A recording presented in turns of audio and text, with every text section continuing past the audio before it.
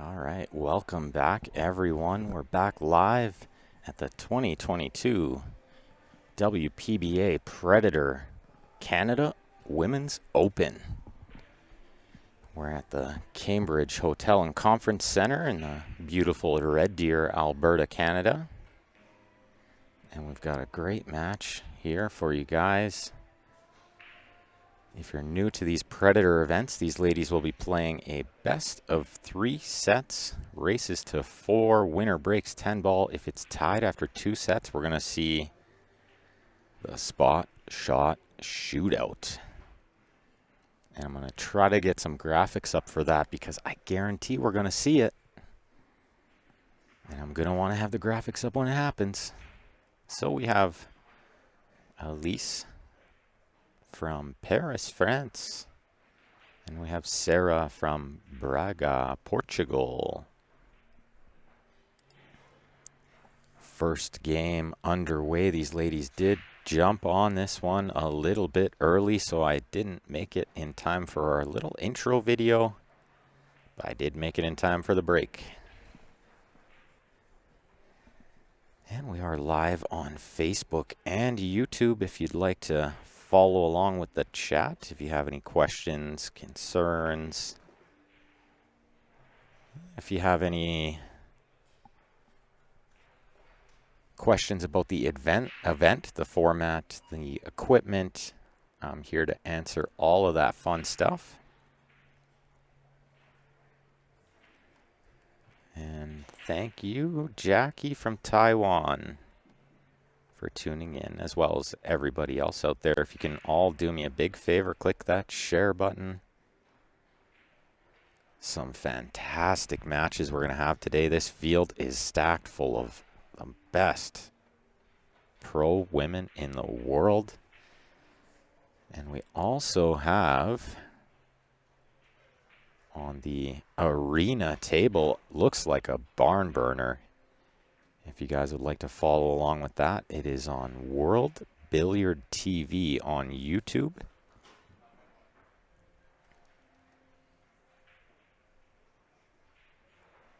And we've got a great match going on over there that looks like it's got the makings of a shootout, which would certainly give the crowd what they want to see first match.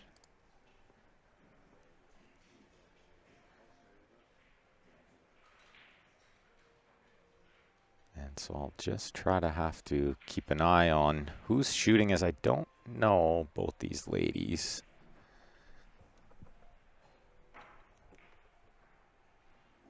But we do have these fancy scoreboards above the arena lights here. Little tablets above the arena lights with live scoring updates. And I think that's one of the coolest features of the future of pool. The fans get the live scoring updates on the tablet with the names on it. How cool is that? And if you're looking for the final of the amateur event, it looks like it's just gone live. They're a little bit underway, but they have just gone live. That's with our other Q Sports Live Facebook channel. Our man Rod Ariegata in the house, giving his expert commentary. Love having him here. He does such a fantastic job. And thank you, Bill and Aurora, tuning in on the Facebook. Let me just get this YouTube chat up and going so I can follow along with you guys on there as well. And we will have some variety of commentary throughout the event. We'll have, of course, the one and only Mr. Grant Zemp, who has put in an astronomical amount of work over the past, especially the past couple of months, but this was a really big task to set up this event, and he has put in an incredible amount of hours. And he still is. He's still running around all over the place, making sure everything's running smooth. But we'll see him jump in on the mic a little bit later on.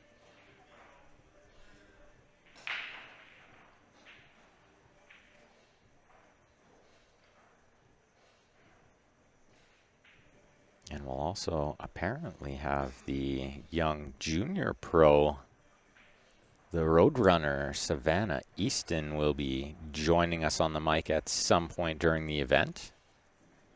And I'm sure I can talk a couple of the other ladies into sitting in for a while.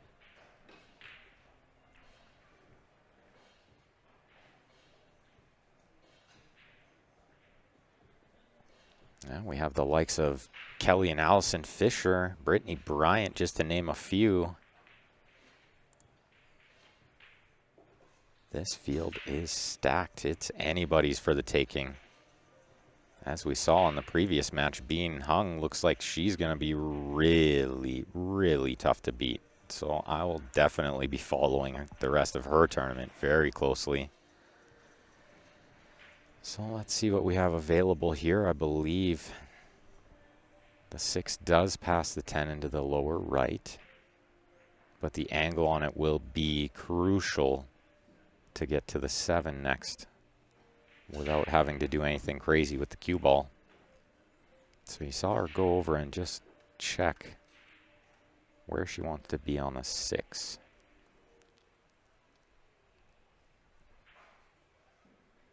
Just gotta hit this one pretty slow, which makes accuracy decrease, as we see there. So this will be Elise coming to the table here with the same issue that Sara just had. Shape on the 6 ball is gonna need to be premium. And this one might be getting lost in the drink in the side pocket. Mr. Wayne Knight coming up to give that cue ball a wipe and hand it on over to Sara. She's got ball in hand on this 6 ball, and I'm curious if the billiard is available. 6-10 billiard. I think she's pretty quick to just come around to this side of it, so it must not be available. We will have a side angle coming up a little bit later on. I just need to make some adjustments to the camera, and I didn't quite have a chance to do it in between matches, but I will have time between this match and the next match. And Sara pushes into that 10, which sort of surprises me. I didn't think she would want to leave this much angle on the 7 and push the 10 to the rail, but from where I'm sitting, it looks a little different. Our camera angle can often be deceiving, so she might have just had no choice. Nonetheless, she's done absolutely great to pot that 7. Super clean, and end up completely perfect on the 9. Just roll this one in. Little angle is good on these shots. Oftentimes you do want to land pretty straight in on the 10, but when it's close, and I mean really close to the rail or frozen, you do want a touch of angle. It makes it a little bit easier. And Wayne just about jumped out of his chair a little quick there. While she was down on the ball, he's headed over to rack the balls on the other table. They have some fantastic referees in here, racking up the balls for these ladies, calling the shots. And they'll be spotting the ball if it goes to a shootout. And I'm really hoping we do see a shootout today so we can give you guys an idea of what the Predator shootout is like. It is super exciting.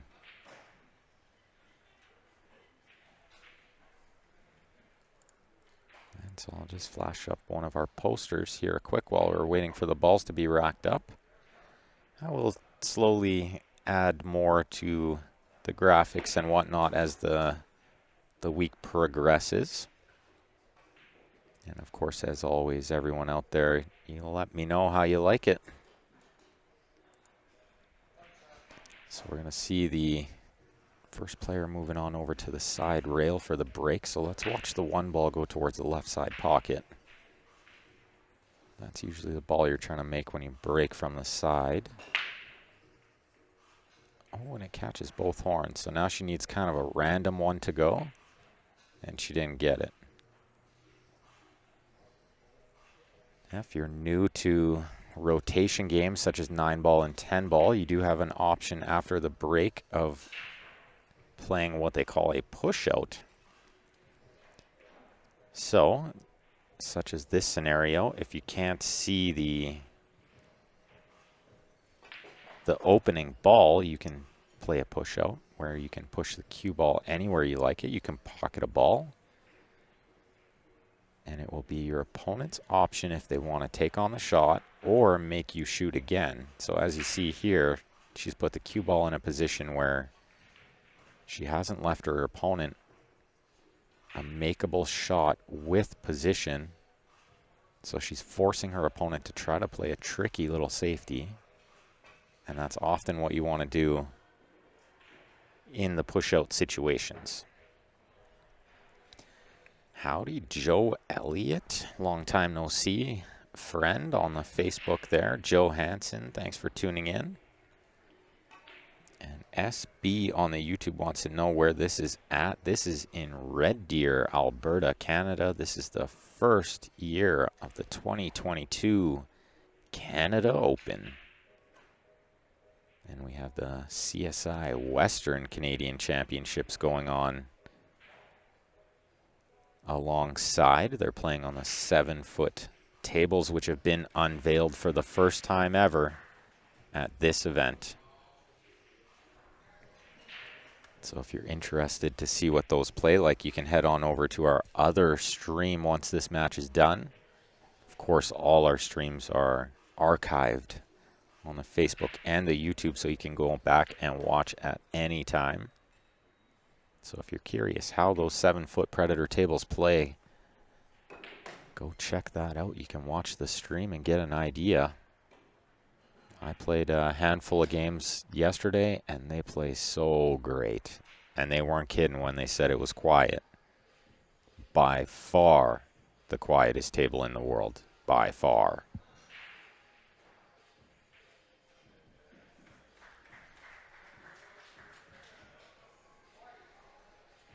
So it looks like Elise will be kicking 3 rails here. She'll go left side rail, top rail, right side rail. Try to get in behind this 3. The thought is send the 3 towards the left side pocket and try to keep the cue ball right where the 3 is now.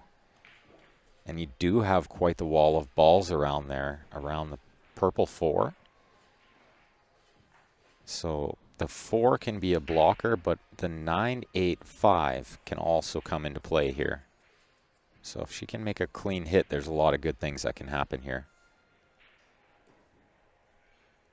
So I do like the choice rather than going 2 rails or 1 rail. Oh, and it looks like it slid on her a little bit. And it came off 2 rails and just missed the hit. So ball in hand for Sara. That's right, Steve. It's the future of pool, my friend.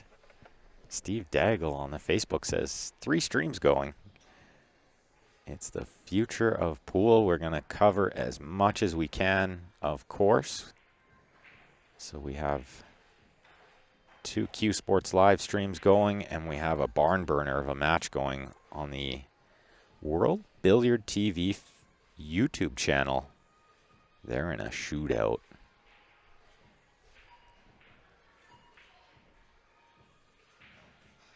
And that's the most exciting thing about this format is those shootouts.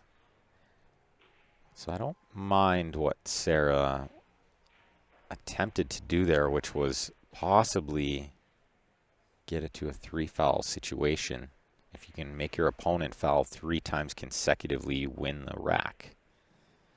So she was trying to tuck that cue ball behind the 4. Tie up the 3 near the 6, which would have made the hit tough, and then her opponent would have been on 2 fouls.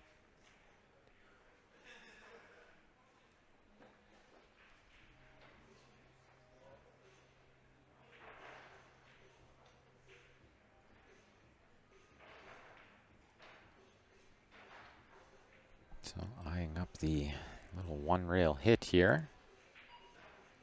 Looks like she's made decent contact. Got no good result from it, although it should be noted 6-ball is in a real tough spot.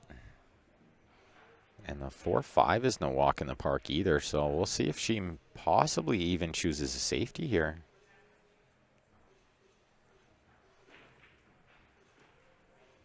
Looks like Sandy speared in her 4th shot in the spot shot shootout. And her opponent is going to have a chance to close the match out. Is this going to get there, folks?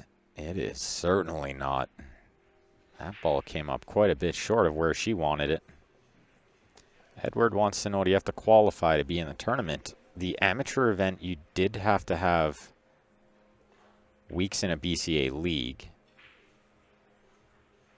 But for this ladies pro event, I believe there were 64 invited.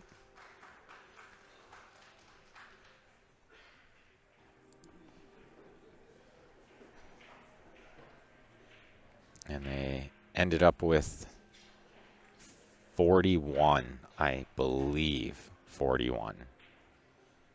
And it looks like our shootout on the arena table is going to extra innings. Extra innings over there. How exciting is that? Sandy to shoot first in the extra innings. Make sure you guys go watch that as well. Turn on an extra screen. You don't want to miss it. And one of the reasons we loved the idea of partnering with Predator is they have a very similar vision where all their streams will be free. And they're all archived on their YouTube channel, so you can go back and watch that as well if you happen to miss it.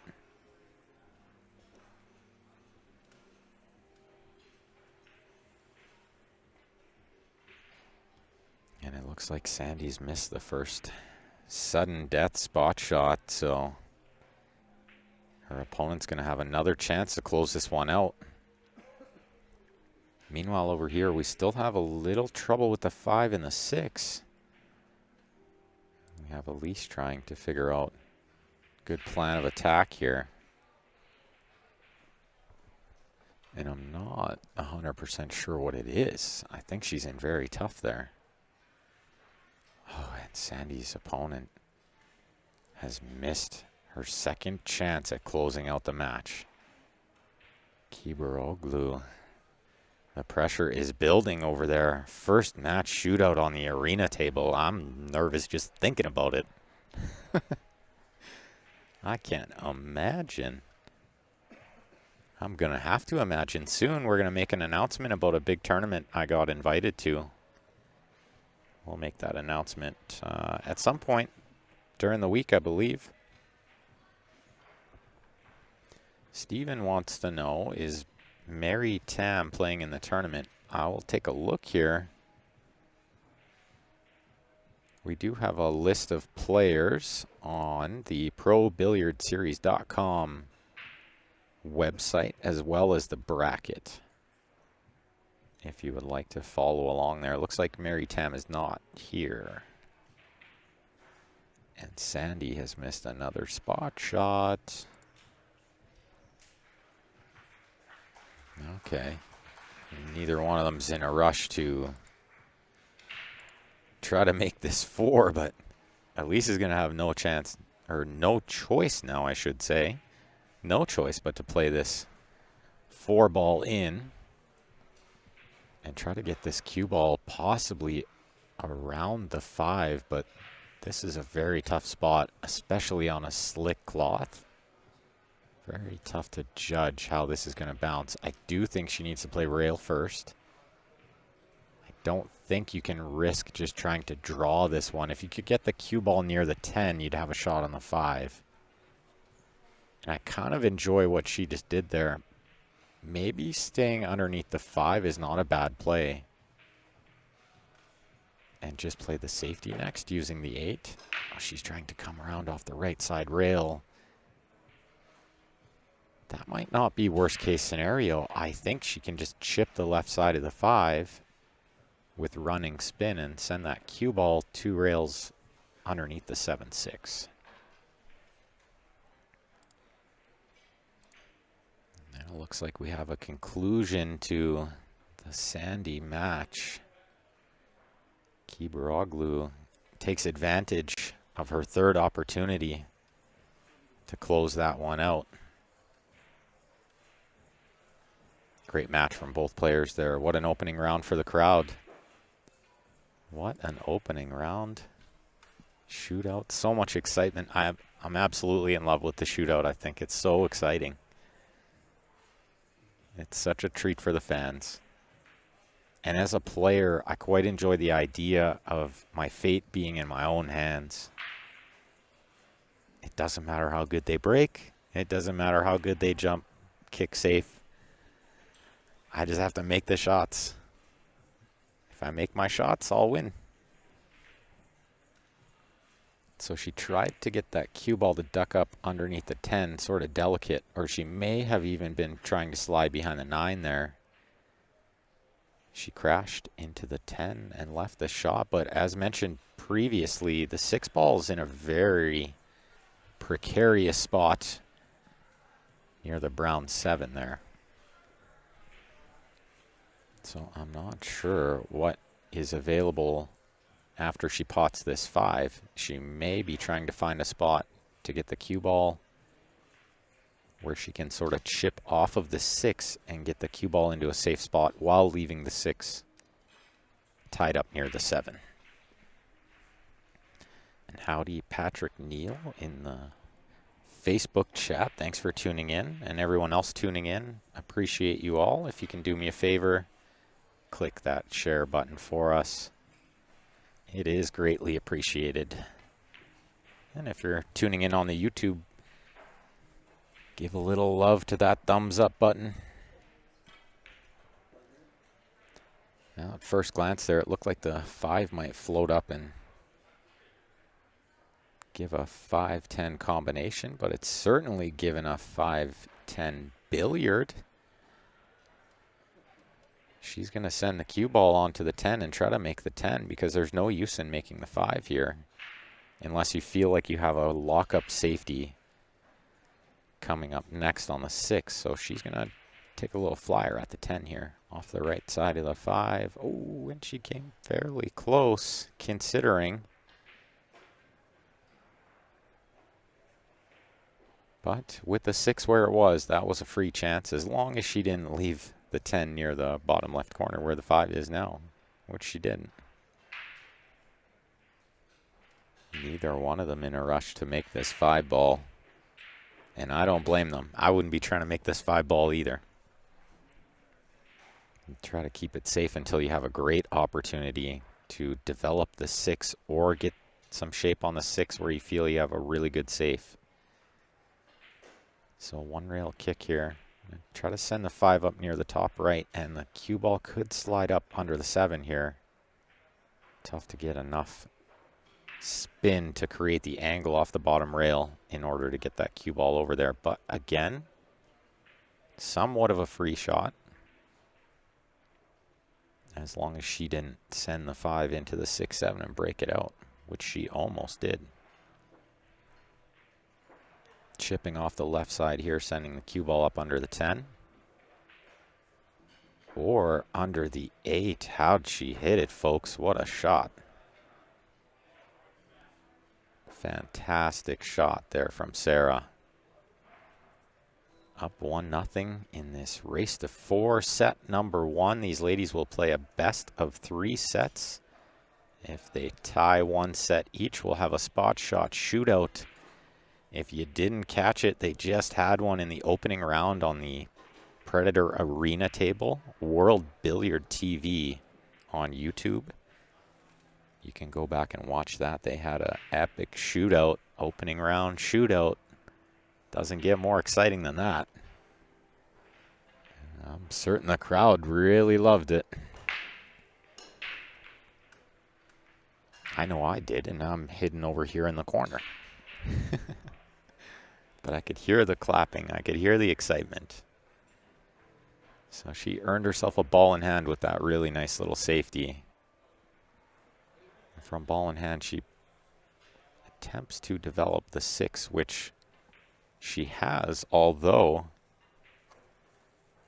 she's faced with a very difficult shot here, and I'm not sure if there's a quality safety, so she'll take on this pot. She's going to try to run this 6 ball up the right side rail into that top right corner, and it's hopped out off the rail instantly.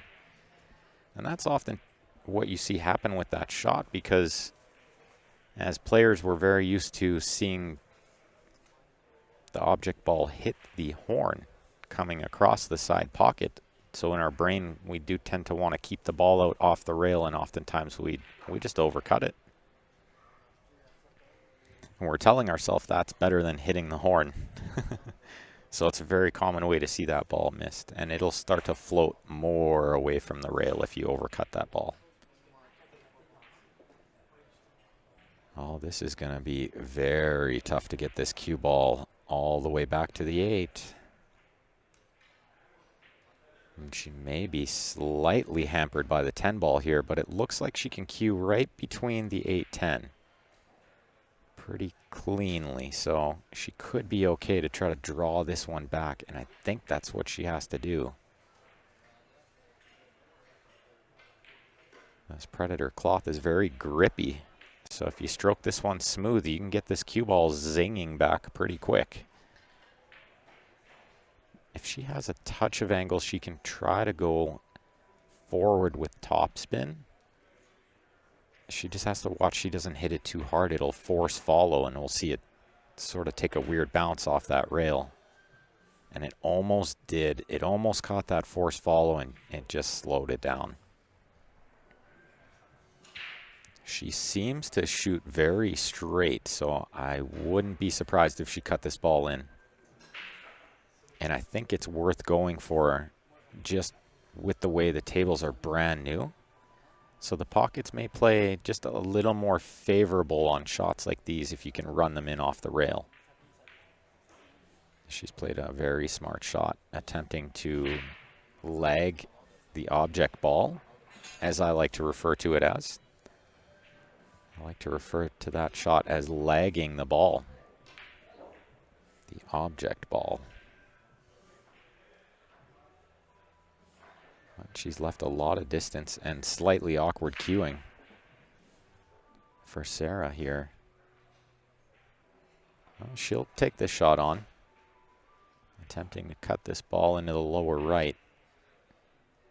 The problem here is going to be that cue ball's flying a bit towards the top left with natural spin, and that's kind of why she's turned it down. And look at the safety play by Sara, and those are 2 really lock-up safeties. Very impressive touch on new cloth. Not easy to execute.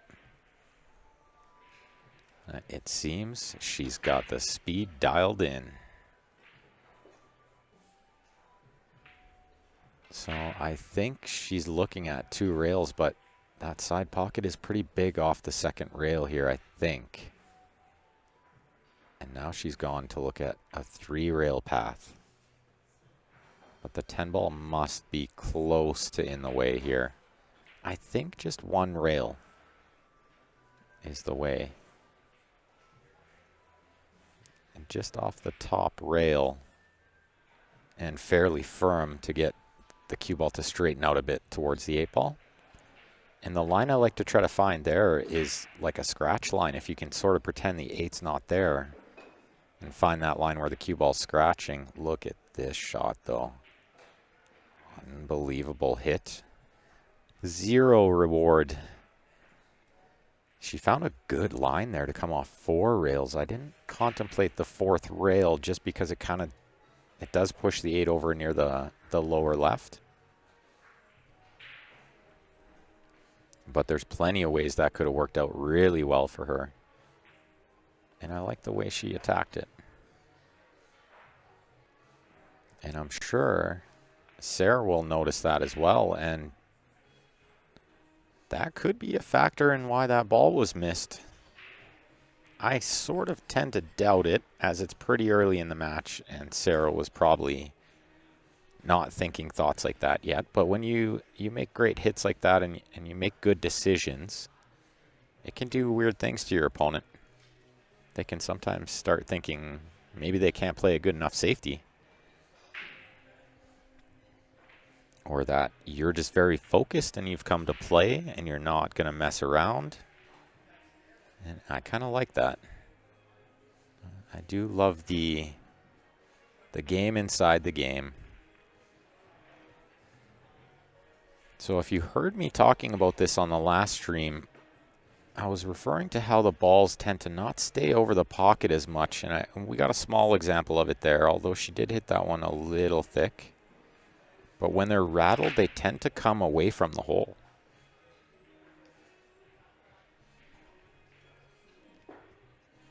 Which can be good, can be bad. I personally think it's great. It's going to create a lot more strategy play in the game, as we're seeing here. She had to play a safety. And it looks like she's done pretty well.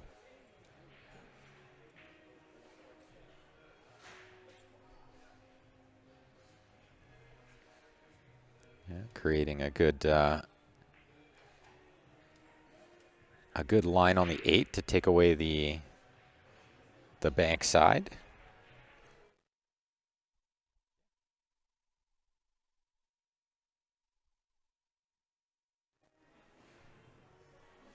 So I think we'll see her try to send the 8 ball 2 rails towards the 10. Try to get that up underneath the 10, maybe hidden over there. And we got Mr. Dan Clark joining in. Hey everybody. How you been? Welcome, sir. Thank you. You've been running around like crazy too, hey? It's been crazy, and I tried to play a little. So. Yeah, that was what I was thinking was, yeah, you've just been going all over the place doing a little bit of everything, right? A little bit of everything, yeah. Had my first 8-ball match this morning and went down 3-0 and then ripped 5 off in a row. So. Nice comeback. Yeah, it was. The last 3 games were made a couple of pretty good shots. That's always a fun way to start a tournament. Oh yeah. You know, give yourself a little pressure being down, and then you get those doubts, right? Why did I come play this? Yeah. Oh, nice comeback. Yeah. That's a good way to start for sure. Yeah, I earned a chance to play Phil Tarangelo next. Ooh. You got to be getting 2 games maybe? Yeah, 2 games. I raced the 4, he gets the 6. Okay, well, that's not so bad. Yeah. Not so bad. That Phil is tough. Anybody with that last name is pretty tough. It's pretty tough. Who do we have? Who are we watching here? We have Sara at the table right now, leading 1-0. Okay. We caught a little bit of how the table. This is Sara right now. Yeah, caught a little bit of how the table can slide a bit there with the new cloth. So she tried to force through the 2 rails, but it caught a little bit of the slide. She came up a touch short, but she drains the cut. Nice shot. She played about 3 really good safeties to earn herself that rack too. So I was just watching the feature table for the last hour and a half. Yeah, Sandy put up a battle. I was updating the fans on here as well because I had it on the YouTube. Oh, you did? On the other screen, yeah. Yeah. That first match, or the first set, it was just a safety battle. She really grinded it out, made some really lock-up safeties, and then she made a combo, and the long combo won onto the 10 to win it on the hill, to win the first set, and then, of course, it went to the shootout. Yeah. And I think they should have another match soon. Yeah. I would imagine. Do we know who it is yet? I didn't see. So I think I still got the bracket open here. Yeah, I do. Oh, a good one.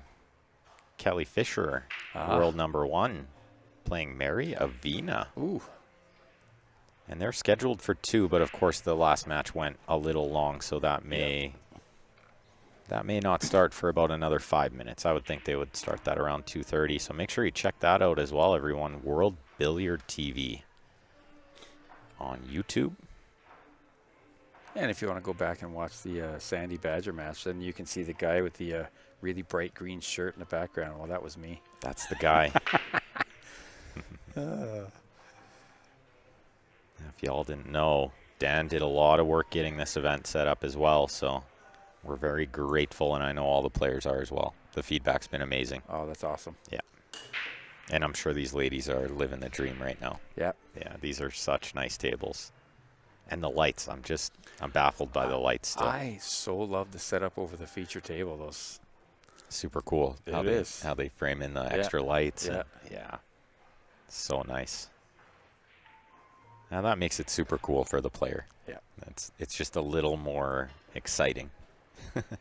For sure. And those ladies showed it in the shootout. Yeah, they did. There's some pressure there. Oh, and Sandy, I mean, her last two shots, they were both horn to horn. They were so tight. Yeah, and that, or just like that shot. Yeah. This is another thing I've noticed about these tables. You know how sometimes that shot will do that, but it'll still go back in the same pocket? Yes. I haven't seen it yet. Which is good. Yeah. You don't want to see that. Right. It's been good. Patrick Neal says, is he also instrumental in setting up the ghost rating system for CSL IPL? He sure is. That was me. Dan did a lot of work setting that up. And I love it, by the way, too. Yeah. Yeah. I look forward to trying to outrun it. Well, in the 9-ball, I set it up really based on you. I mean, it's the benchmark is 217, which is almost an 11, right? Yeah, I had all the highest scores in 9-ball. On the 7-foot. On the 7, yeah. 9-foot, maybe a little different. Yeah, Patrick says, take a bow, sir. Oh, thank you. We had a great first match on the stream here. We had a young Taiwan player who's rated 724 Fargo. Whoa. Third highest in the field next to Kelly and Allison. Yeah. And she was playing Jenna, right? Or was that? Yeah. That was the one you had? And she played really good. Yeah. That girl's going to be super tough to beat. Oh, yeah? So we could have a pretty entertaining last few matches if the top seeds make it near the end. Oh, that'd be great. And so go through I'm trying to understand a little bit. I was talking with Tony Sakamoto, and she wasn't really clear on it, but there's 2 stages. Mm-hmm. So how do the stages work? Is it double elimination? Yeah, so the opening stage runs a double elimination until the final 16. Got it. And then the final 16 will be dropped into a single elimination bracket. Okay. Which that single elimination bracket will start 10 a.m. on Friday. So we got 2 days of qualifying rounds. Nice. Arsene on the YouTube wants to know, what level is this? He says he started to forget when he knew. This is professional level. We're going to have all the top lady pros in the world playing. Yeah, and I think it was a field of 42. It was supposed to be 44. I think a couple dropped out last minute. minute. I think 41 or 42, yeah. And there's a wide range. I was watching one of the side tables. One of the ladies is like a 424 Fargo or something. It's her first turn. She won her match. First big match. She won her match. And we had the junior Savannah Easton. Yeah, she got blanked. Yeah, but she played super tough opponent. Oh, yeah, she did. And what a great experience. Yeah. Right? Yeah, it was. We were right beside her. My wife and daughter were watching, and they were. She was holding back the tears a little bit. That's not easy, right? No. But that's what it's all about. It's about getting over that and just learning that. And you got to learn how to lose before you can learn how to win. Right? But imagine learning that on a pro level at 12 years old. Crazy, absolutely crazy. She's going to be an absolute world beater. Yep. And just being in the same room, as Kelly and Allison, because they're such great ambassadors of the game too. So they'll make a lot of time for her, right? Yeah, well, I picked up a few people at the airport, some of the Predator people and some of the technicians and stuff like that. We stopped off one of the days at the Hidden Spot, and Kelly and Allison were putting on clinics. Clinics, yeah. And that's Svetlana or Svet. She was up there practicing, so I got to talk to a couple of them. But you're right. I walked up to Kelly. I've never seen her before, to go and say hi and introduce myself. And she came over and gave me a hug. A hug, yeah. I'm like, okay. I wasn't expecting that, yeah. Yeah, Allison, too, and Allison was very nice, too, yeah. Yeah, such a great ambassador for the game, really.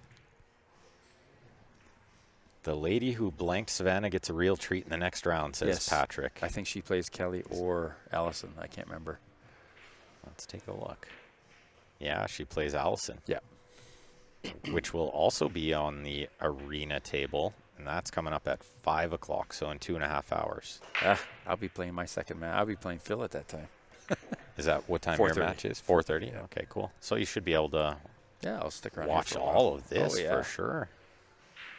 All the way it's going, I'm going to say Elise is in a little bit of trouble here. Yeah. Sara's looking very focused. So I got a chance to play Sara on the Predator practice table over by where Jessica sits. The 7-foot, yeah. Yeah, she ran me out twice. Oh, that doesn't surprise me. She looks pretty steady. Yeah. Yeah, I got to play Veronique a couple times, and I caught her. But Vero's a lot of fun. Yeah, she likes to have fun when it comes to that kind of stuff. She's not so cutthroat, right? Some of them, they're just like, I haven't missed since 2000. Right. 21 or something, last year at some point. Yeah. They don't plan on missing anytime soon. Nope. Others, they know when to be serious and when to have a good time, For sure. Bethany, we wish we could have had you here too. She says she wishes she could have been here, but the dates didn't work this time. Hopefully next time. Yeah. Heck of a player, Bethany Sykes, too. We streamed an event in Phoenix, I believe. And she snapped that one off. She played like near perfect. Oh, wow. Well, this is a big, it's a 50,000 ad, but it's a 75,000 total purse. Mm-hmm. Right? Like that's 42 players, 41 players playing for 75K. Gotta be something. It's gotta be at least 20 on I'm top. thinking right? It's gotta be 20. Yeah. I haven't seen the posts or what if, but it's gotta be 20 on the top. Good chunk of change for 5 days work, I'd say. Yep. Where do I sign up? Yeah, I know, eh? Well, we were supposed to have them in. We were supposed to have them in. Yeah, we'll get it back. And we will. Yeah. Postponed for now, but not gone forever.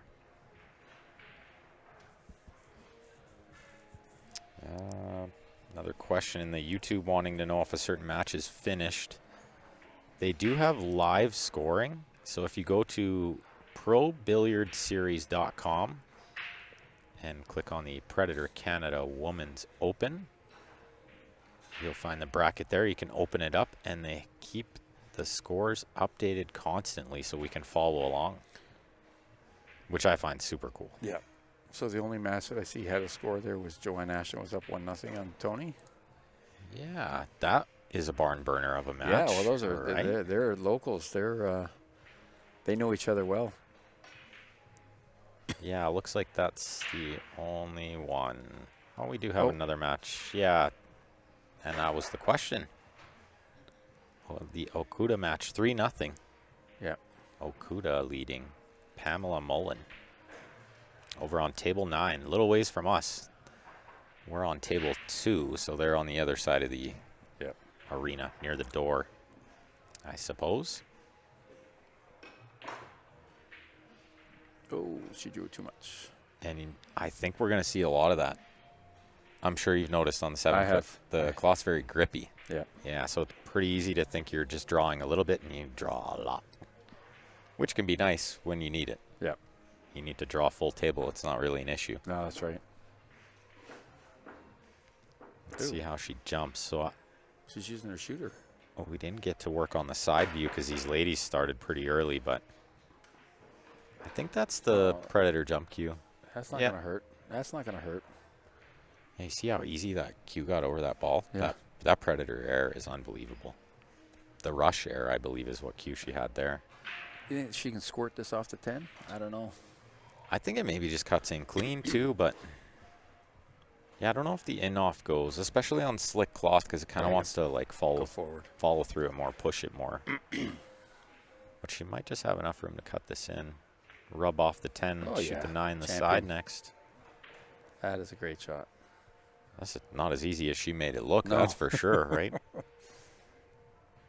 That's another thing we'll see a lot of over the next few days is these ladies will make a lot of this look real easy, and it is not at all. All tables are not live streamed. A question in the YouTube. Correct. Not yet. Not yet. One day. One day soon, possibly. We're getting closer. Much closer. We do have 3 streams going at this event, though. 2 Q Sports live streams, and of course the Predator World Billiard TV stream on YouTube. I believe the 10-ball finals finished over there. Oh, who's in it? On the 7-foot. I think Mike Bain lost. Oh, Mike made it to the 10. Mike made it to the final, yeah. Awesome tournament for him. Well, he's a super pumped for him. He's a big CSL IPL player, isn't he?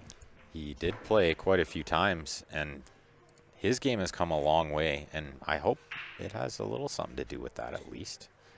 So he won it? No, he lost 3-1 in the final to Troy Prenevost. But no shame in second place, that's for sure. No. A runner-up got $750. That's a good 2 days' work, 1.5 days' work. Yeah, that's right, 1.5. So Sara takes a 3-0 lead over here. And as we're talking about these lights, I just can't get over how fantastic these arena lights are. I think it's one of the best products that pool has had in a very long time. And I'm not just saying a good product, something that can actually help pool launch into the future. Absolutely.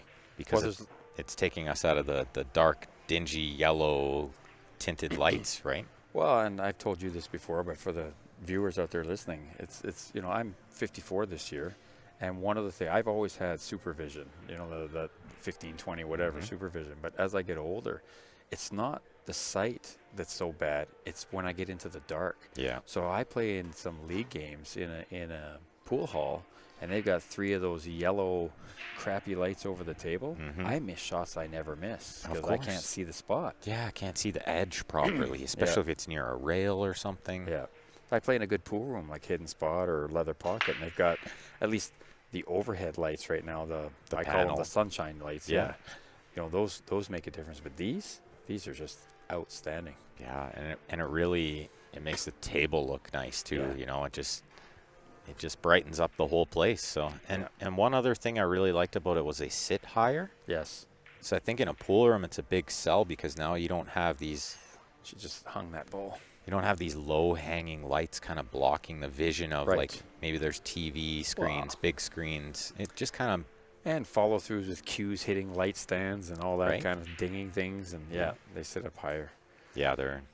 So how are they going to be for the home scenario then? So I again at the Leather Pocket, they're sitting like maybe 15 feet above the table. Pretty high, yeah. Yeah, and so you can't do that in a home. You can. You'll just get a kind of a different spread of the coverage, but it doesn't really matter.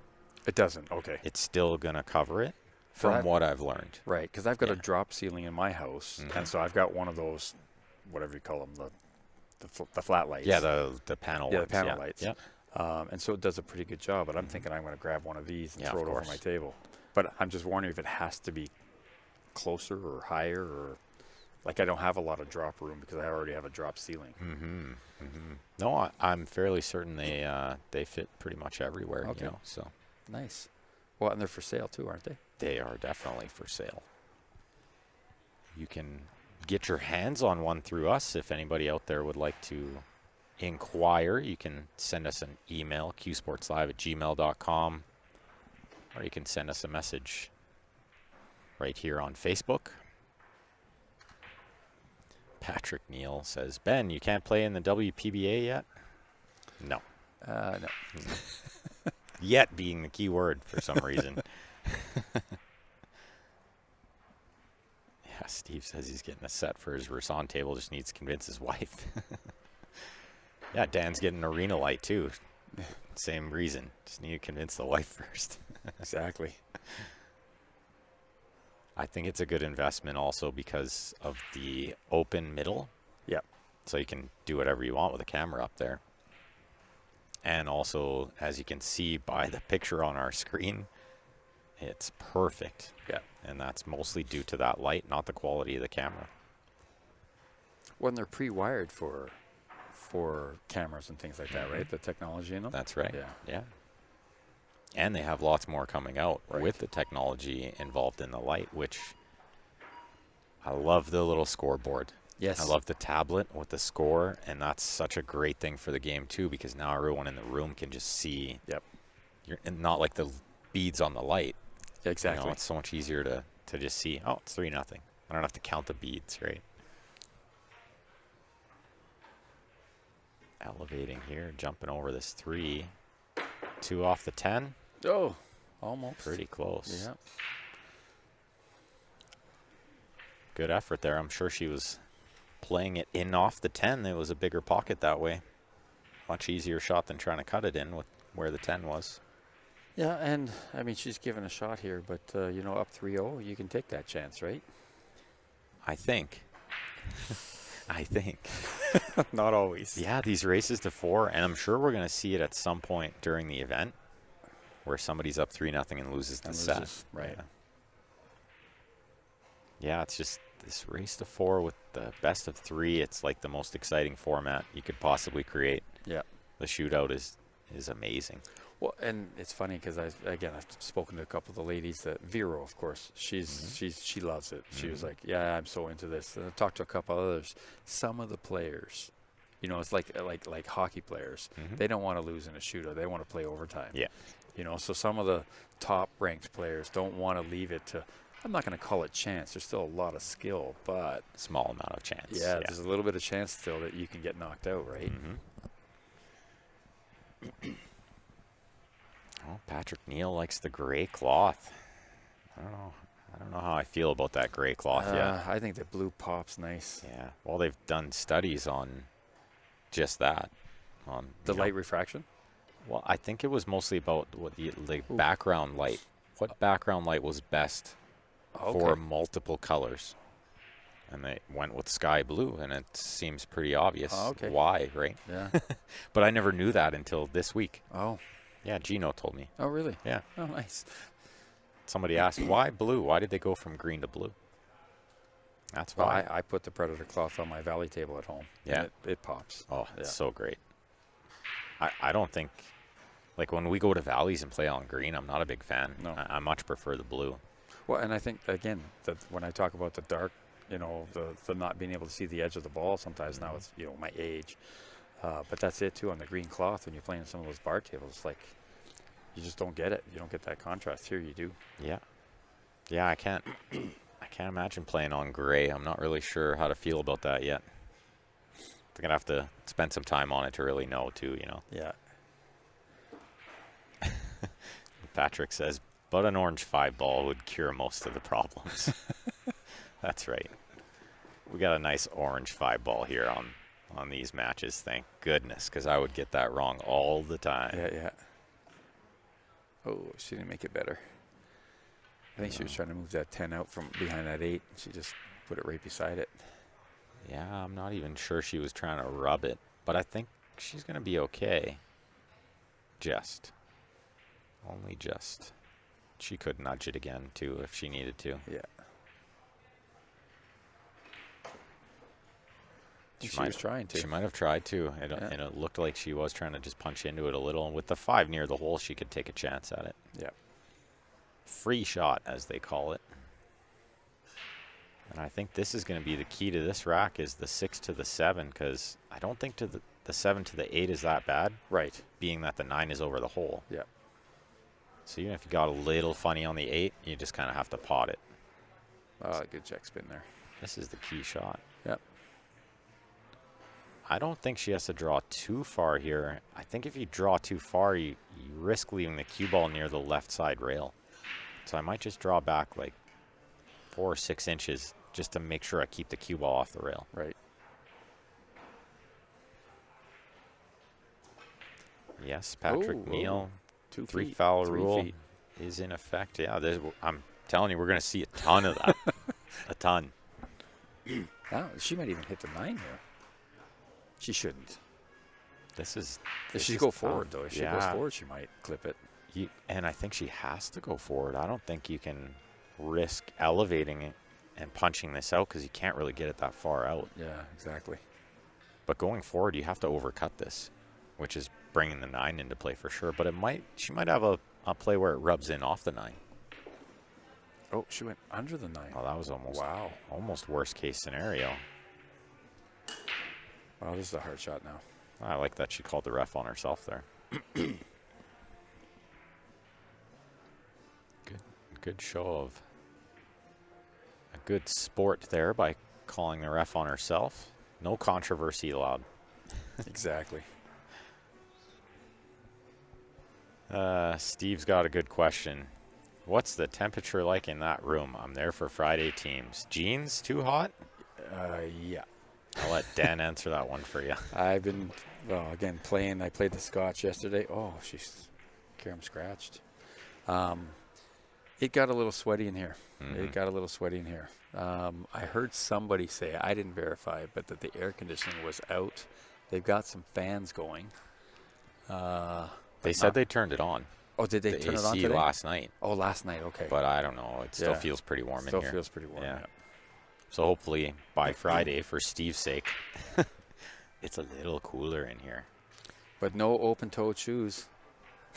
No sandals. Yeah, definitely not. No sandals. Never at BCA. There are some people wearing some shorts, which I thought was a little odd.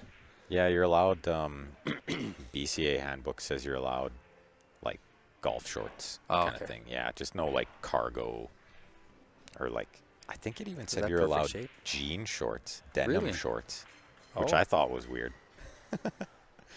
Some cut off jean shorts. Yeah. No, not your style. Nope. No, I've got nice Under Armour like golf shorts and stuff like that. I brought them, but I'm not wearing them. I'm wearing pants when I play. So, Sara with the first set win. I will say this though to Steve: wear shoes with a little bit of grip. In the Scotch yesterday, I was wearing my my dress shoes that have leather soles. You know, like really nice ones that I have for the office. Yeah, I was stretching a little bit, not a lot, and I slipped and almost put my chin on the table. Oh, and you I fouled too, right? I fouled, yeah. Yeah, I was like, nothing worse. I can't than say that. what I want to say. I was like, what? Yeah. You said, yeah, 5-ball. Yeah, fudge. Yeah, it was. So then I went and changed into my my runners. Yeah, good idea. I think like footwear is super important in pool. It's probably one of the most underrated things in pool. Everybody's worried about what kind of cue they have. Yeah. But if you want to win tournaments, you got to have like really good running shoes. Or super comfortable dress shoes, which don't really exist. No, I mean I put in some inserts with arch support. That's the way. Yeah, but it didn't help with the grip. No. Inside of the shoe was comfy, but the outside was sliding on the carpet. So looks like possibly Sara went for a washroom break here. No, they're both here, ready to go. Second set about to be underway. First set went to Sara. If Elise can win the second set, we may have a shootout, which I'm sure we'll have one at some point. And I'm hoping Steph will send me some graphics for it before it happens. Oh. So I don't have to try to explain the whole thing, because it's not the easiest to explain when it moves back a diamond. Right. I can help you. I just watched it with Sandy Badger. Yeah, for sure. Yeah. So they each get four turns, so 2 from each side.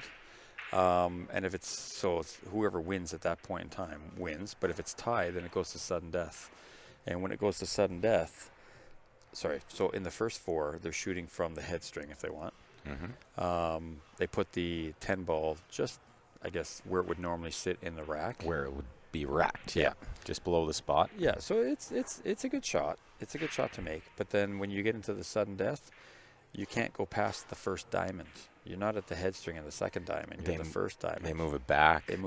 Yeah. And it's super tough. That adds a degree of difficulty right there. It's really tough, that shot. Yeah. Yeah. And then it's sudden death. And you add in pressure. Yeah. Forget about it. Yeah, Jeff was pretty excited. I told him I made 9 in a row. Did you? Leather pocket practicing. Oh, nice. You know, with the same format. Start with the first 4 and then move back. Yeah. And I was like, it doesn't even count, Jeff. There was nobody watching. It didn't matter. I'd probably dog it if there's like one person watching. Right. Forget about a whole crowd, right? Yeah. Oh, it was pretty safe. It went to 2 extra shots with Sandy and I can't remember the other players. Yeah, it's an odd name. Let me just find her name here. Kibaroglu. Kibaroglu, yeah. From Turkey. Yes, and she finished second, I think, to Kelly in the European Championship. So she's a really good shot. Struggled on twice. She put her extension in her cue, and twice she miscued completely and missed the ball. I did see one of them twice. In the second once set. In the first set, and once in the second set. So I think she's got to invest in a better or whatever. I don't know what she's got to do. Practice a little more with the extension. Yeah, she came right off the side of the ball both times and just squirted them. Unbelievable. Yeah. So even at that level, Even at that level. Oh, yeah. Yeah, I often enjoy watching Shane miscue. I'm like, yes, he's human. Yeah. Like the rest of us. I'm starting to wonder. Oh, here's a 10-ball combo shot here to open. I think she's just pushing it in, Oh, she's pushing it in, okay. We saw a bunch of it in the last set. I think it kept ending up over there after the break, and I think there were like 3 or 4 combos, early combos. So then what's the rule here? Does the opponent now, because that was a push shot, or push out. So what does the opponent now get to decide whether or not she can turn the shot back over to the shooter, or they can? That's because it's just normal push rules. Correct. Push out rules. Okay. Yeah, you can put the cue ball anywhere, and you can touch any ball or pocket any ball. Okay, and your no opponent, jeopardy. Yeah, and your opponent still gets the option of. Got it. So because there's a shot on the one here, she won't pass this. She won't give it to her. She'll take whatever shot she's going to take at this point. She won't, but it was a very smart shot by Sara, and I think obviously score being a factor too. All the pressure's on Elise here to come with it. So Sarah's idea here is that the one goes, but what are you doing with the 2 next? Right. How do you get on the 2? Right. And getting on the 2 makes the 1 a much tougher shot. Got it. Because now she has to elevate a little. I believe she has to sort of draw back and try to get a shot in the side pocket. Right. See, my very, very first game of 10-ball is going to be at the CSL Invitational. Oh, yeah? I've never played. Nice. I'll have to play a little warm-up before that. Yeah. All you got to do is show up like an hour before the tournament starts, and I'll warm you up. Okay. What a beautiful shot there. Yeah, I'm kind of already resigned. I talked to Grant about it. I'm kind of resigned to, I'll just make a run on the B side in the 7-foot, the 8-ball, because that's my game. Grant may be doing the same thing. Yeah, that's what he said. He said, I'm just going to forfeit my first game, whatever. Let's just go on the B side and see how far I go. That's funny. Yeah, it should be a fun tournament. Yeah.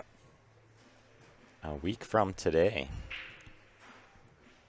What a beautiful little safety from Elise there to keep this tied up. She'd love a ball in hand here, but she's not going to get it. She's not going to get it. Yeah, good hit from Sara. Keeps it contained, but she's got probably a good chance to safety again here. Yeah, she'll probably be in jail again. Yeah. That's exactly what Elise is looking at. Just make the 1 ball hit near the left side pocket, bank it up on the top rail, and keep the cue ball under the 4. Just like that. Oh, under the 5-10. Look at this. Oh, nice. What a shot. Almost squeaked out there. Almost put her in absolute jail. If that had frozen up on the 5, there was almost nothing there. Yeah. Now she's got a bit of a kick at it.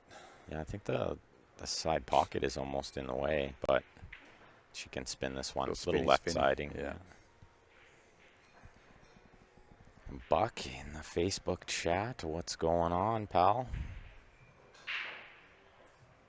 Patrick says he's a big fan of dress code. He doesn't like shorts being allowed.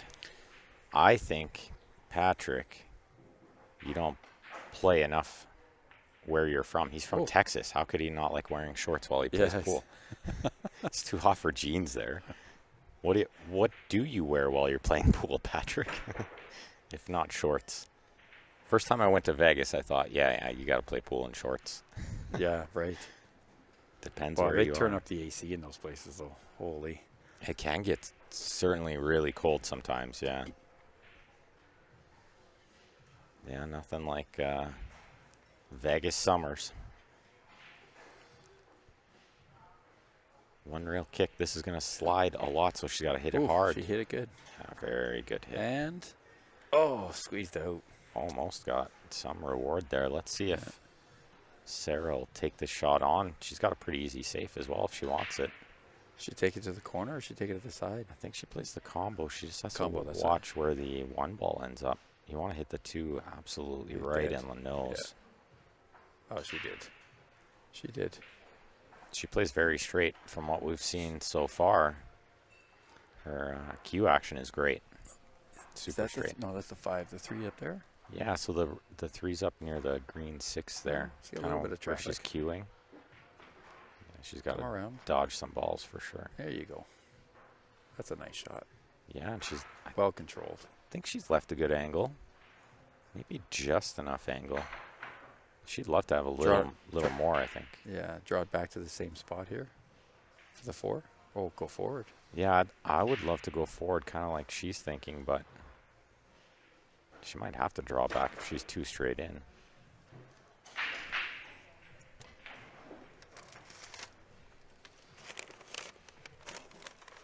She punched it over nicely. Oh, she did. I missed it. And I missed the shot. I was getting some nutrition delivered to me. Nutrition. Well, you should eat before your match too, right? Yeah. Well, you got a little bit of time. Yeah. I always like to try to 1 hour. I want 1 hour to digest my food before I play, because your brain doesn't work proper, right? So oftentimes I just don't eat a whole lot while I play pool. Just a granola bar or something that's not hard to digest, right? Snacking is important during pool tournaments.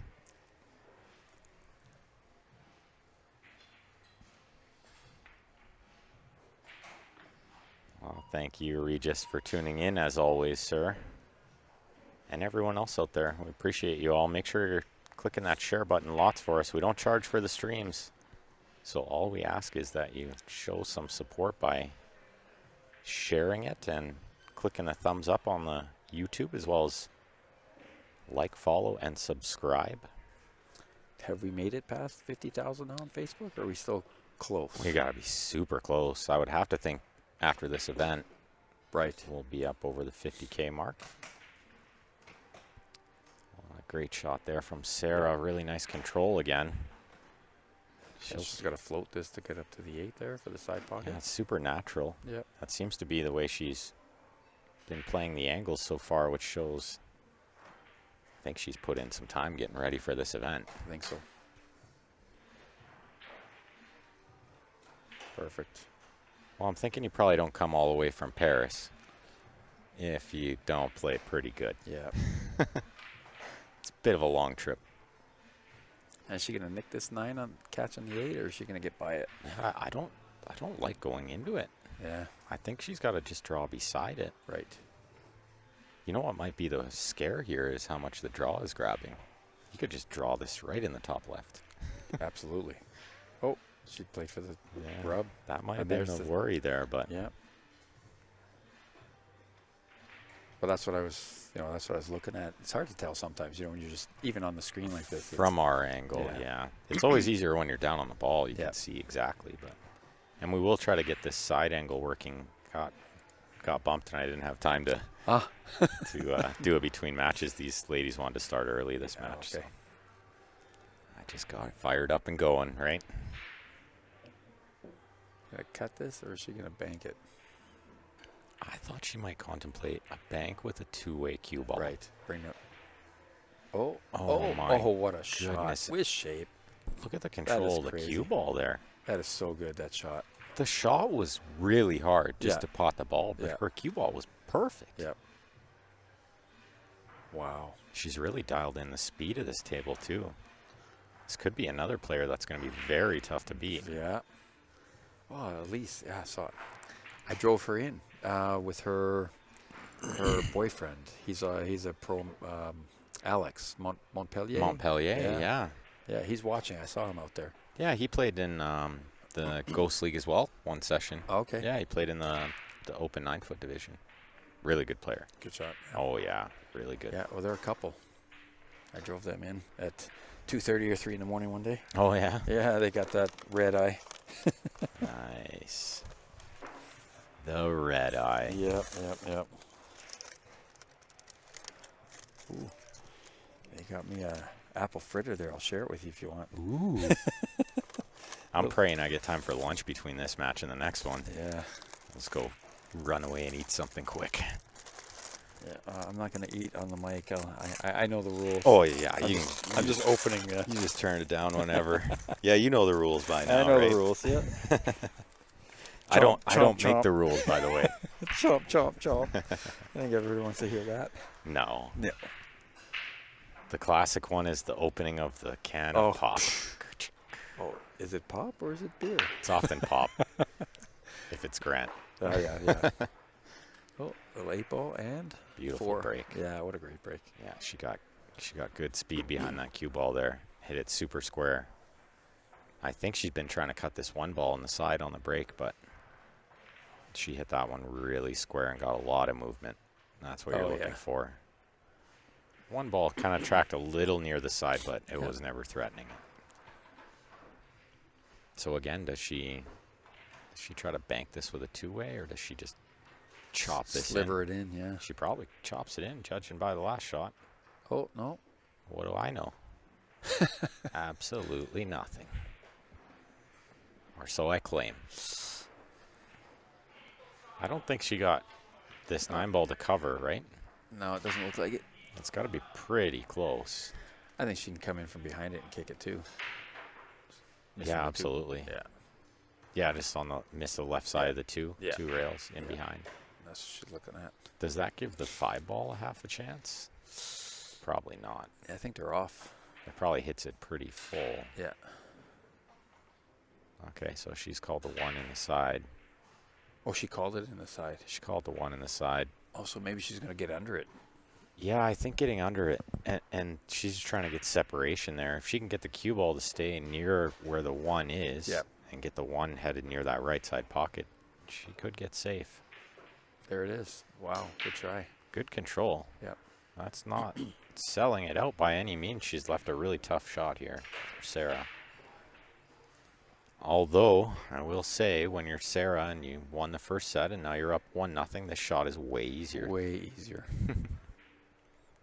Just let it out. Yeah, you can kind of let this one fly a little bit. I don't think you can draw this ball, so that left side pocket will eat you alive. Yep. So she may have to cut the 1 into the lower left instead, but the 7-ball is pretty big there too. Yep. Well, and then what does she get? She's got to play a combo then? 2-3? Yeah, it might even be like a safety next, 2-5. or just play the safety here. Right. That's exactly what she's done. Good shot. Yeah, 6 ball's big, but how big? Well, she come off the rail and get that now. Elise has to be thinking, when am I going to see a makeable shot here? It's been a while. It's been a while. Yeah. Seems to be kicking and jumping a lot, which is often the case in these events. These ladies don't give up an inch. They do not mess around. I think she's got a real good chance of making this. I don't know if she slivers it, if she might scratch in the top right if she doesn't catch it full enough. I think it's pretty close to natural to scratch up there. Oh, look at that. It almost went a totally different way. She almost dragged it in, yeah. I think she's left this pretty tough too. Yep. From back here, it's a little deceiving, but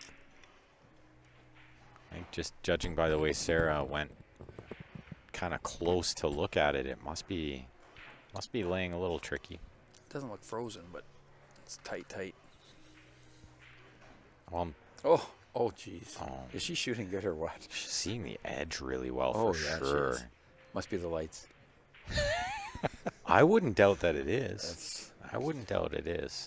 I've heard, I don't know if we're doing it or if Rod or if Predator TV is going to do it, but they're going to interview some of the pros at some point. Are we going to try and do that? I would think that would be a Predator, a World Billiard TV, but we certainly have the capability to interview a couple from too. Some of them and see what they say about the tables, right? And like a shot like that, that's just wow. You have to see it so good.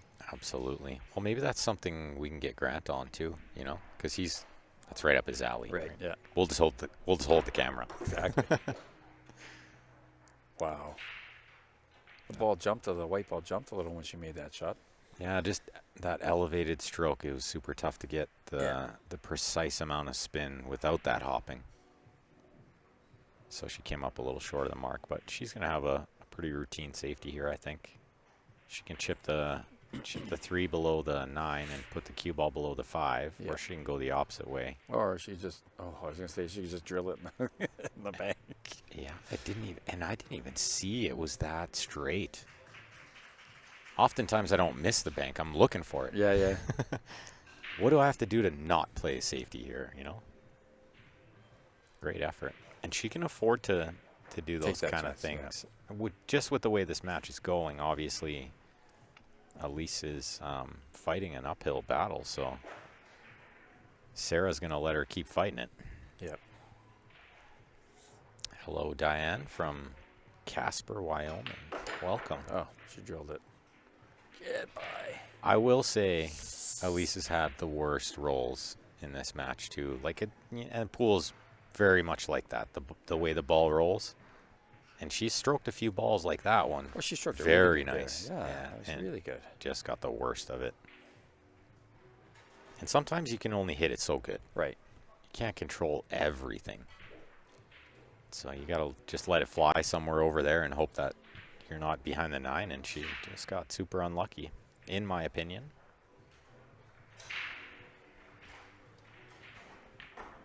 Diane says, thanks for the stream. Thank you for tuning in. It would just be Dan and I blabbering to each other without all of you great viewers out there. Well, if the great viewers weren't there, we could eat. That is true. Okay, see you guys later. Oh, nice try. That shot is really hard to judge on new cloth. You expect it to slide off the second rail, and it slides off the first rail. Right, so it gets steeper. Yeah, and it just shoots straight down to that end rail way faster than you think it would. Now, I do this quite often on this kind of cloth, is just the way she hit that ball. So what is this kind of cloth? So it's, we talk about Simonis and that kind of, so what is this? Arcadia. Yeah. Predator Arcadia. Well, that's what I put on my table. Yeah, it's beautiful, beautiful stuff. And we're super spoiled. We just got brand new cloth at my local pool room, leather pocket. So I've had the pleasure of being able to play on it a few days before we came here, and it's awesome. Super impressed. And I've heard it stays that way for quite a while. Okay. So it holds the slide for a while, and it wears very slow, which is what everybody's looking for. Well, and I've loved it. She didn't roll that far enough. Yeah, she came up a little short. Yeah, no, I've played a bunch of games now on my table, and it's still practically brand new. Mm-hmm. And I vacuum it, and I make sure I take any stuff off, and I've changed to the tome pyro chalk. Town chalk. Yeah. Yeah, that's a game changer for sure too. Oh, she got the 10. She's not going to be in love with this. Yeah. So judging by the way she's played this match, she'll chip this one safe. Yeah. But I want to see somebody play the two-way and try to give the bank a chance. If you miss the bank with the 7 coming near the 10, then you won't sell out. As long as you play it at the right speed, it'll two-rail kind of near the middle diamond on the bottom rail, and you just put the cue ball up table. And if you happen to make it, the 9 is right near the side pocket, so you don't have to do a lot. Yeah.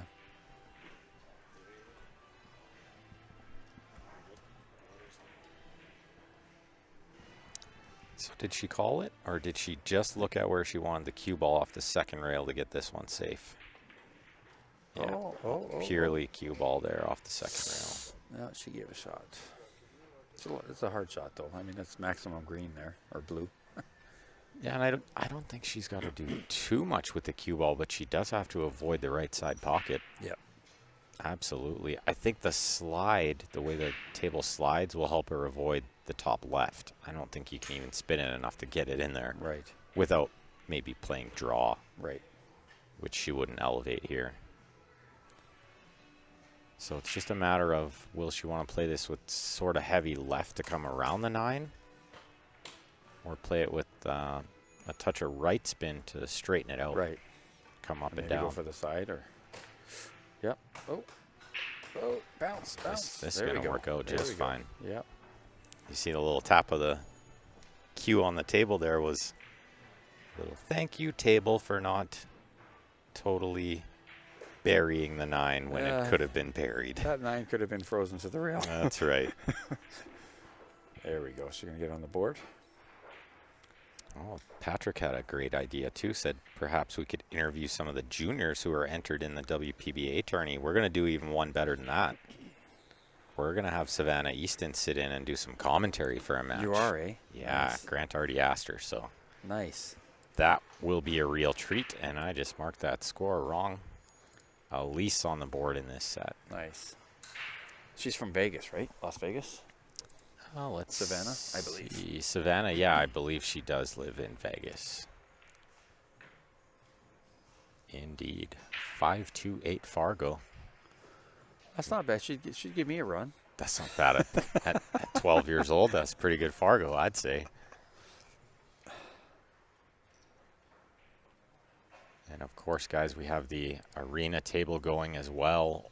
World Billiard TV streaming the arena table, table number 1, if you're looking on the bracket. And we'll just take a quick glance over here because it looks like we're just waiting for a referee to come rack these balls, possibly a short player break. So Also, Mary Avina. She's from Texas, I believe. Mary Avina. Fort Worth, I think she was telling it. I spoke to her yesterday. Fort Worth. Good Yeah. memory. Yeah, there you go. Killing it today. He's on the ball, but she is not. She's not shooting. Yeah, she lost the first set 4-0 to Kelly in about, how long's this stream been running for? 30 minutes? 37 Kelly's minutes. in the zone. Kelly's won 6 straight games. There you go. So I'm going to guess that Mary hasn't shot a lot. No, Mary played, her first match was against I'm going to say the nice little old lady. Yeah. Yeah. They were tight. Yeah. That wasn't a... Yeah, close games. It was Yeah. close games. And this one has gone the opposite way. Ooh. That Predator table said no thank you. Kelly Fisher is human, in case nobody knew. We're always wondering. Yeah. Well, she missed it a little short, eh? Sometimes I wonder if we have to cut them with a knife to see if they bleed like the rest of us.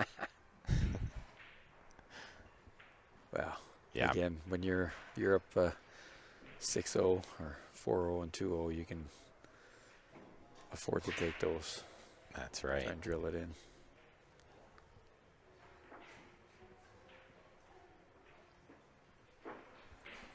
So I've got Elise to break, all tied at 1. She'd love to win this set and get it to a shootout. What a break shot. 10 ball again. You're right. Keeps sliding over to that right It's corner. coming over there. I might try to see if we can make some adjustments in between matches. Because certainly you don't want to see that happening too much. Might just be they need to retap the rack where the ball's rack. Oh, okay. I did see them doing that this morning. They were trying to tap the balls in Oh, okay. so that they rack a little easier, but they might just need to retap it. We don't want to see that 10 floating over there in early combos all the time. That's no fun. No. Diane wants to know if Allison and Kelly are entered in this. Indeed, they both are. Oh, I think she got, again, a little too much action on that one. She's getting the curse of the new cloth. She managed to fight her way through the last rack after getting sort of a bad roll, but she's definitely not getting the better of it. Yeah, just going to masse a little bit around the 7 and catch the rail and try and tap that in. Yeah, clip it in. I guess there's not too much available for the early combo on the 10, so she doesn't have to panic. Yeah, That's a good leave. This is going to work out great for her. I think it's a pretty routine safe, though. I think there's a big wall of balls there, the 3, 8, 6, 7. They're all going to come into play. I may even try to use the 8 or the 7 to slow the cue ball here. Right. That way I can get the 2 nice and safe down on the bottom rail. So pop this a little bit more. Yeah, maybe just slightly more firm. That way I don't float the 2 over a hole or something, you know? Get over. And you can kind of see how that would happen. If she hit it just a touch harder, the cue ball was going to be behind the 8, but the 2 might have been right over the side pocket. Yeah.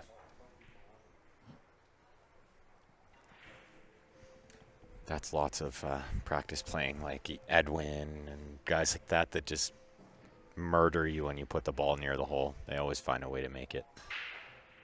Jump it, kick it, masse it.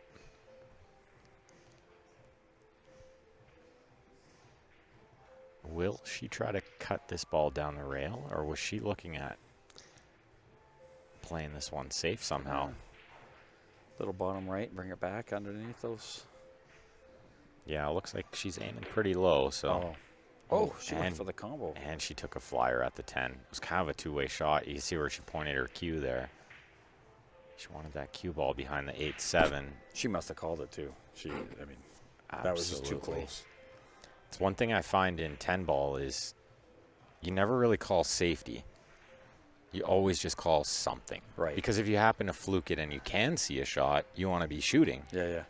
But if you fluke it and you can't see a shot, well, then you're shooting anyway, right? So it makes no difference. So I was taught you always just call something. Right. I mean, unless you're 1,000% sure it's going nowhere near any pocket. Right.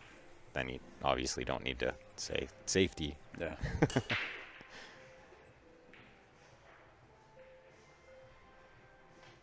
Sometimes you'll call the safety just to sort of let your opponent know that you're not doing something else. Right.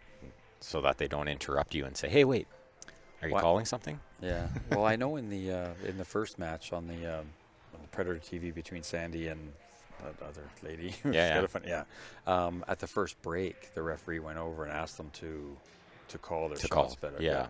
Because I think they both kind of understood what they were doing, but he said, if you guys are doing anything that's bank or anything funny, 100%. you got to let me know. He said he wasn't hearing. Yeah, he wasn't picking up the vibe. Yeah, which is fair, and that's definitely for the referee's sake. The opponent oftentimes knows exactly what you're trying to do, right? But it certainly helps with the overall professionalism of it, just keeping it as clean as possible. So she lost that cue ball a bit near the pocket, which made that shot way harder. She's back in shape now. This came really close to behind the 10, but she looks to be perfect. She'll go over and look, which I like. A lot of players get caught up just kind of motoring around, and they think, well, a stop shot will be good enough on the 7. It'll be okay. And then you end up just a little funny every time, right? But if you just go over and check, it does a world of help. Oh, how good was that shot? Because kind of just like that, the stop would have left her with a weird angle. Yeah, but poke and roll an inch. Just that little stun follow, and now she's perfect. Yeah. And now she doesn't need to look where she needs to be on the 8 because the 10's in the middle of the table.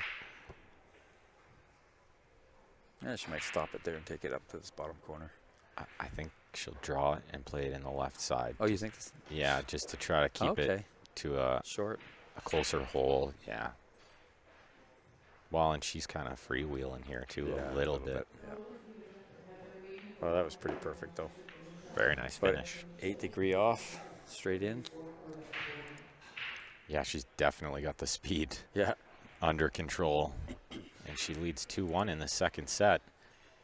If you're just tuning in, make sure you do us a favor. Click the share button on the Facebook.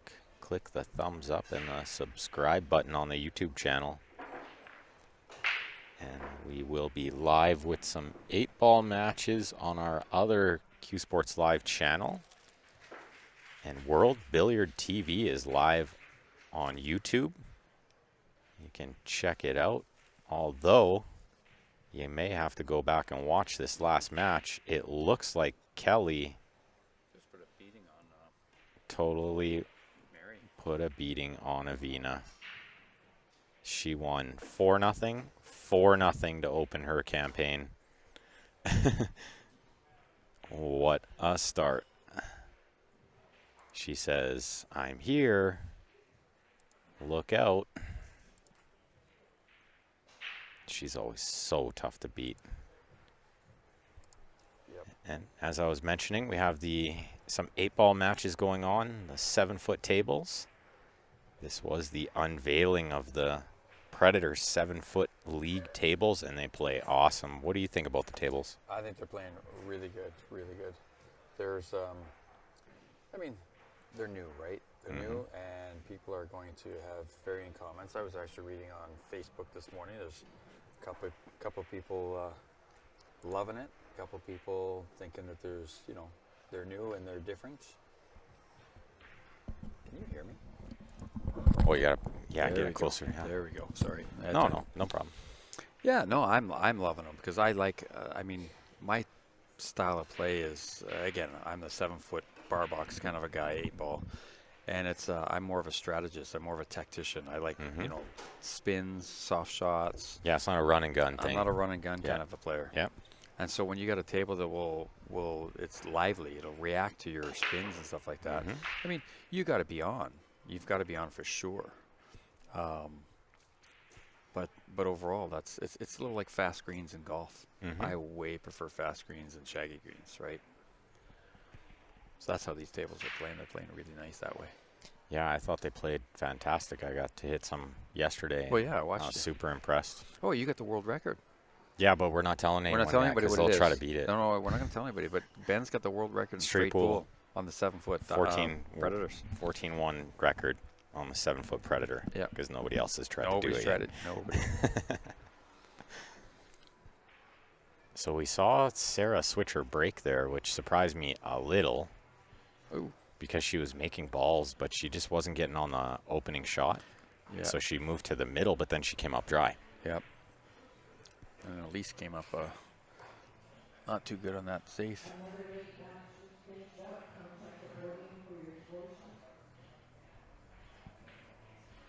Yep.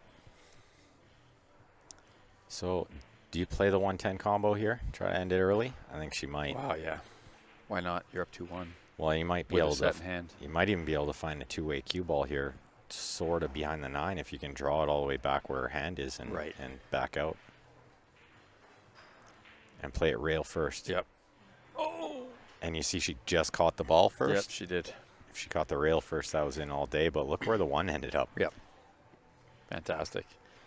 So I mean, this could be lights out too, because she missed it somehow. That's ball in hand on the 110 combo, and the 10 is hanging. And the 4 is a huge ball here. Yeah. The 4 is massive. Yeah. It's got to look like a beach ball if your name's Elise. So what do? Do you try and put a little massé on this and catch the edge of the rail and try and nick it on the way out? I think the way she's looking over there, if she can just see by the 5. Oh, go this way. That would be the way, because you might get underneath and make the combo. Yeah. Call it. Yeah. Absolutely. I think she's got to put a little left English on this, though. Yeah, she might even have to, like, massé to get there. Yeah, because now she's looking at the other side. The only saving grace with this is that she does have the second rail. She has this bottom rail if she happens to not hit it exactly how she wants. Either way, tough shot. Patrick wants to know if the record is triple digits at least. And no. We can't say. Can't say. Could be. It's not. It's not. Yet. Not yet. I've only. But before the end of the week, it could one be. day. Yeah, it's only one day exactly. over there. I'm bound to get some more free time. And they just put new cloth on it. Oh yeah, they that's did right. This morning. Also, for sure, it's going to be triple digits, Patrick. Don't worry. There we go. Big shot. Oh. Well. Oh, she missed the 1 altogether. Well, at least she took away the combo anyway. One of the combos. How unlucky is that? She is running so bad in this set. Because, I mean. Yeah, if at least the 10 comes. If the 10 comes a little off on that 4, you're still safe. She's got to run out. Yeah. And now all of a sudden, like, look where the 3 is. The 3 leads her. The 4, super easy. It's a dream come true. It is. If the 3 was anywhere else, this might be a little tougher. Say the 3's where the 8 is. Yeah. But the 3 is in a premium position to get to the 4. Yeah, she just needs to get on this 2. Draw it back. 3 to the side. 4, 10. I do like how she kind of went over there and looked just to make sure she'd be able to reach it. Yeah. It's easy to say, yeah, I want this angle. And then you go over there and you're like, oh. Grabbing the rake. and it's a way harder shot. Way harder. Yeah. And it doesn't even work. You're like elevated and you got to get the rest out of the way. And a little more. She might have to use the 7 ball here. Yeah. Sort of flick off the right side of the 7 after she pots the 3. Yeah, to get straight here. And she doesn't need to be like close to the 410. I think it lays really good. Really, really good. I mean, you can't say wired because there's a little space, but they're almost wired. Yeah, this is like, Yeah. you pretty much get anywhere. Oh, she didn't even hit the 7. Oh, that's perfect. Bonus. Are you kidding me? And What a this is great such shot. a nice line. You just pretend like the 10 isn't there. Yeah. You just try to pot the 4. Should be good. You Yeah. can overcut it a touch. Right. Yeah, I think this is, I hate to say unmissable in pool because everything is missable. Yeah. This is about as close to unmissable as possible. Especially the way Sarah's been smoothing the balls in. In the heart, too. Didn't touch the side rail. Nope. And she's on the hill in the second set, looking to close it out. They all want to know what the run is now. But they're never going to know. Well, I'm not saying. I was there, though. I was a witness. I'll reveal Yeah. I was the witness. once I run triple digits. And we got Mr. Wayne Knight in the house. One of the CSI referees racking up the balls here. My favorite referee. He's super passionate about the game. He loves the game. Yeah. Any break regulations Perry wants to know, like break box or rails needed? There are none. 10 ball is a very hard game to break, so one of the reasons they originally switched from 9 ball to 10 ball was just that. It wasn't so much about the flukes. It was more, or the call shot, I should say. It was more about take away the break. The break was too easy in 9 ball. So in 10 ball, so because of you don't get the wing ball as fast like you do in the At 9 all. ball. Yeah, it never goes in. Yeah. So it realistically is like an 8 ball rack with 5 less balls to make. Right. So it is tricky. There are ways to, figure out which direction the balls usually move when you break from certain spots. But Right. not easy to predict. Patrick wants to know if it's at least 15. Yeah, I'll reveal that much. Oh, yeah. He made one rack, for sure. I made at least one ball.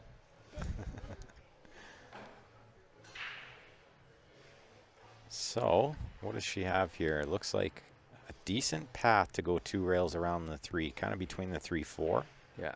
to get on the 2 ball next year.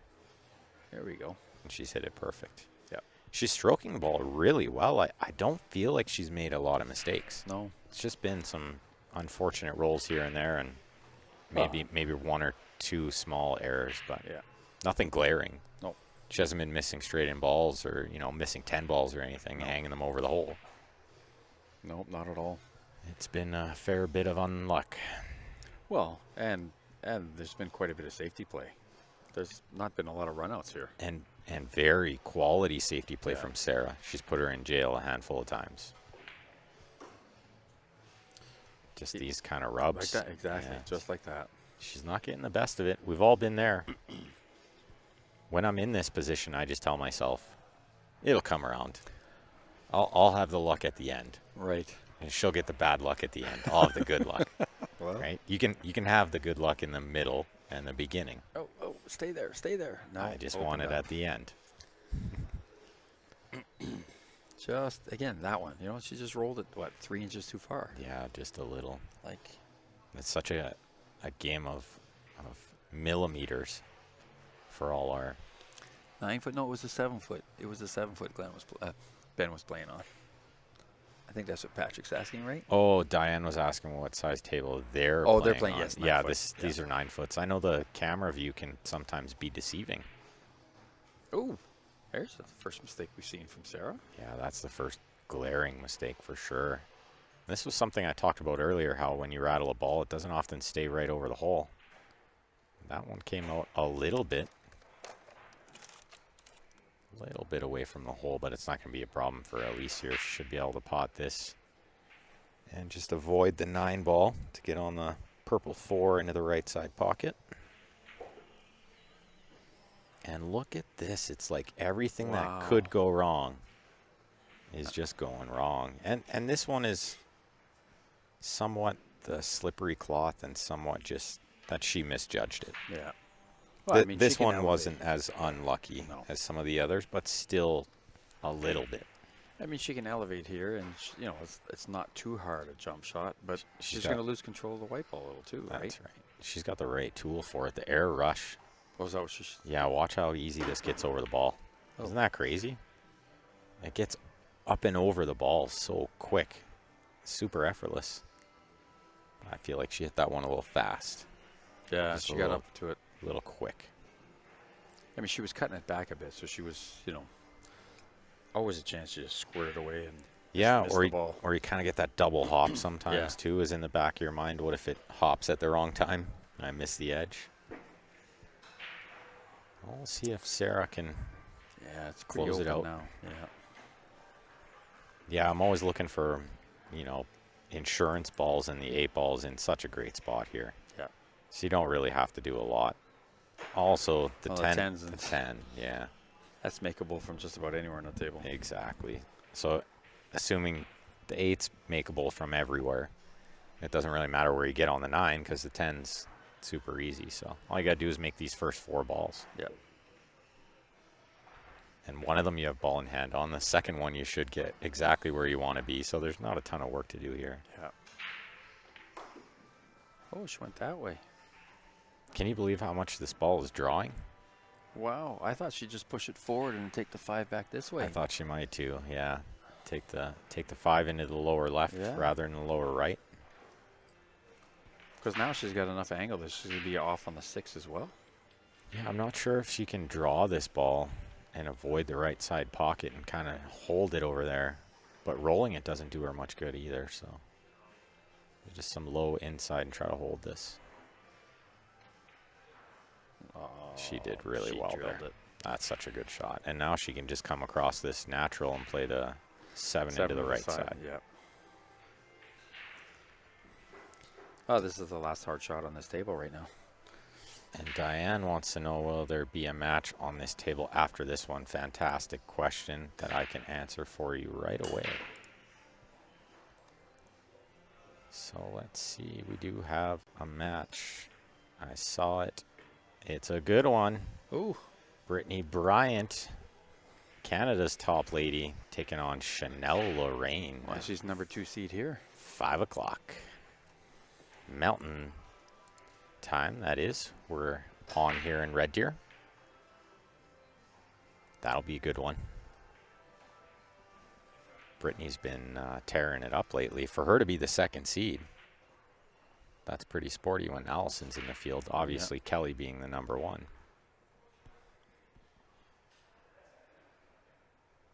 But first, let's see if Sara can close this one out. Yeah, how's that for? I think she played that really smart. She might have come up just a touch short, but a lot of players try to force shape in the side. Yeah. Just because the 8's like hanging a couple of inches from it. So they think, well, I have to play it in there. But really, the corners are often your best friend. It's 3:35 here right now, Jessica. Another great question.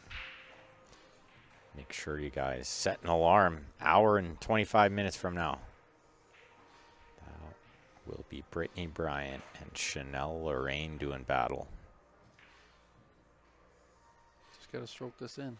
Yeah, just a natural top, and this is over. Some balls in pool are unmissable. But I just hate to say it. The old commentator's curse. Right? I don't think we could curse her there. No. She shot well in that match. She played. Sara was on. Yeah, really fantastic. Really fantastic. She was, I think the most impressive thing was the speed control. Yeah. She just seemed to have the cue ball on a string. And on these new tables for them, right? Like, not easily accomplished. Not easily accomplished, no. That's right. Well, thanks for sitting in, Dan. You got a match in about an hour. Just under an hour. Yep. So I'm sure we'll catch you later on in the event. I'll be back. Absolutely. And thanks everyone for tuning in. Yep. Thanks, everybody. Make sure you set that alarm. Hour and 24 minutes. We'll be back with a great one. Chanel Lorraine taking on Brittany Bryant. And what's on the big screen? What's on the number 1 table? Is it so starting? Another great question.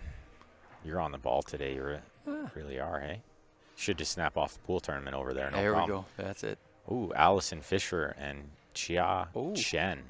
Oh. That should be entertaining. That will be on World Billiard TV at 5 o'clock. At 5 o'clock.